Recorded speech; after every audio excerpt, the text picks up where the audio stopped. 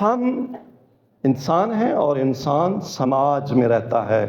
انسان اکیلا نہیں، انسان کی زندگی انڈیویجول نہیں ہے. کئی دفعہ یہ بات کر چکا میں، لیکن اس پہ توجہ، اگر توجہ ہو تو پھر ہم اپنے اجتماعی اور کلیکٹیو جو ہماری ذمہ داریاں ہیں، سماجی سوشل جس کو کہتے ہیں نا اوبلیگیشنز، ہم ان کی طرف متوجہ نہیں ہوتے. انسان سماج میں تکامل پاتا ہے.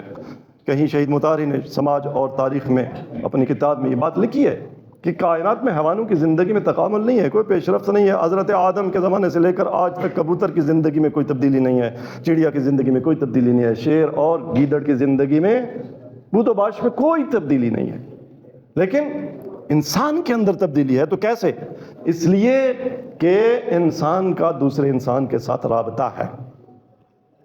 یہ انسان کے ساتھ رابطہ ہے جو اسے تکامل عطا کرتا ہے. اگر انسانوں کے ساتھ رابطہ ٹوٹ جائے، سماج ٹوٹ جائے، تو انسان ترقی نہیں کر سکتا. یہ ایک حقیقت.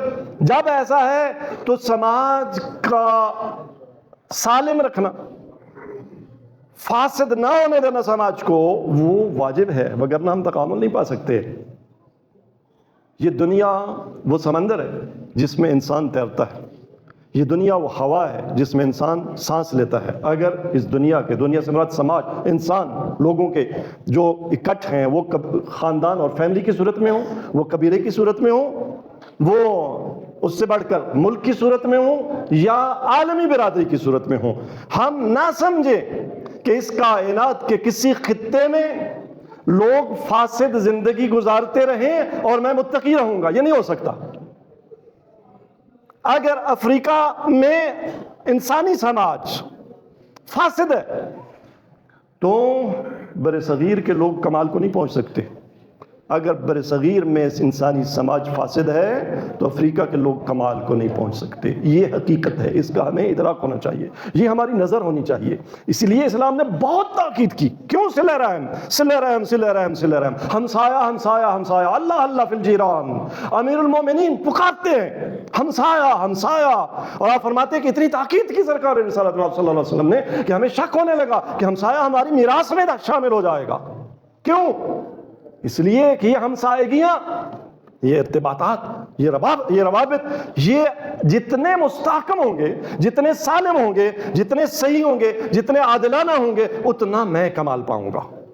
جب ایسا ہے تو ہم ایک لمحہ کے لیے بھی عالمی برادری، عالم اسلام، عالم تشیع، اپنے ملک، اپنے محلے، اپنے گھر، اپنے مسجد اور اپنے مدرسے کے حالات سے غافل نہیں رہ سکتے. جائز نہیں ہے.